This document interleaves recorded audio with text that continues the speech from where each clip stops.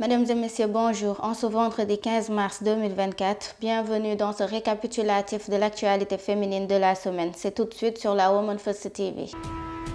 Nous démarrons ce récapitulatif avec la présidente du mouvement alternatif pour la relève, Anta Babacar Ngom, qui place le leadership féminin au cœur de ses priorités avec son programme de transformation sociale et économique dans l'optique d'une société plus juste et inclusive. C'est à travers une série d'initiatives audacieuses et novatrices que ce projet ouvre de nouvelles perspectives pour les femmes sénégalaises. Les plans sont au premier plan de la progression nationale. Anta Babacar Ngom Diack s'engage à renforcer la législation pour protéger les femmes contre toutes les formes de violence et à veiller à une application rigoureuse des lois existantes.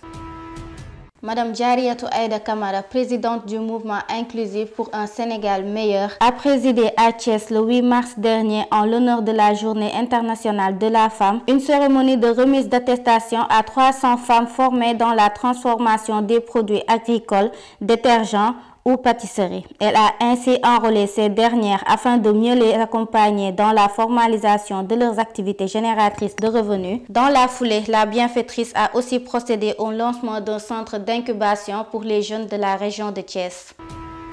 Le personnel féminin de la Direction générale de l'administration pénitentiaire a célébré ce samedi 9 mars 2024 la Journée internationale des droits de la femme, placée sous le thème « Investir en faveur des femmes, accélérer le rythme ». Les dames de la prison du camp pénal de la Liberté 6 ont fait un plaidoyer des femmes dans les postes de responsabilité. Sous la présence du directeur général de l'administration pénitentiaire, la représentante des femmes, Rose Sarr, a rappelé que la célébration de cette journée permet de valoriser le personnel pénitentiaire féminin alliant la vie professionnelle et familiale, mais avec une résilience qui force l'admiration.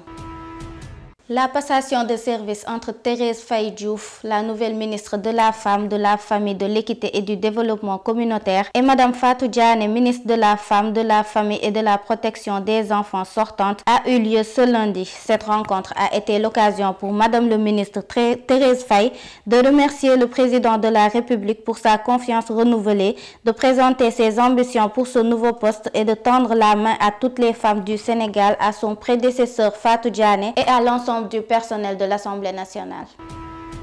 Maty Sarr Niang, une ancienne journaliste du Trad FM, a été libérée après 11 mois de détention. Cette détention faisait suite à des publications réalisées sur les réseaux sociaux. Malgré cette longue période, elle n'avait jusqu'alors pas été jugée. Sa libération a été effectuée ce mardi 12 mars.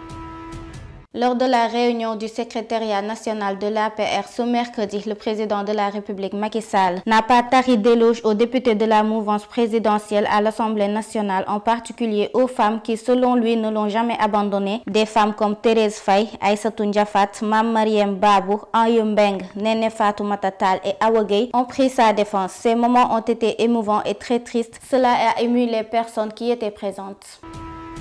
Libération du leader de l'ex-Pastef Ousmane Sonko. Les femmes sénégalaises étaient au devant de la scène pour l'accueillir et manifester leur joie à la cité Keur Gorgui hier nuit. Ce qui montre que les femmes s'engagent activement dans la lutte pour la justice et l'égalité, même si cela concerne des hommes.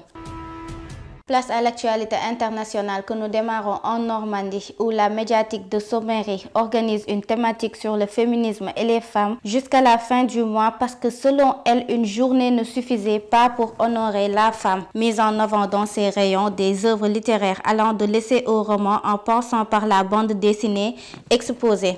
Parmi elles, on retrouve également des films, des revues ou encore des magazines. Ces ouvrages ont tous en commun de retracer le parcours de femmes pionniers qui ont marqué l'histoire par leurs engagements, leurs actions, leurs combats, leurs talents, leur génie, leurs exploits ou leurs inventions.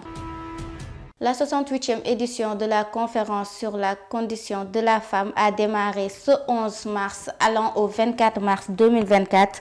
Les représentants des États membres des entités des Nations Unies et des organisations non gouvernementales accréditées par l'ECOSOC de toutes les régions du monde sont invités à contribuer à la session. Le thème prioritaire est l'accélération de l'égalité des sexes et l'autonomisation de toutes les femmes et filles en s'attaquant à la pauvreté et en renforçant les institutions et le financement dans une perspective de genre. C'est cette dernière information qui met fin à ce récapitulatif de l'actualité féminine de la semaine. Merci d'avoir suivi et bonne suite de programme sur la Women First TV.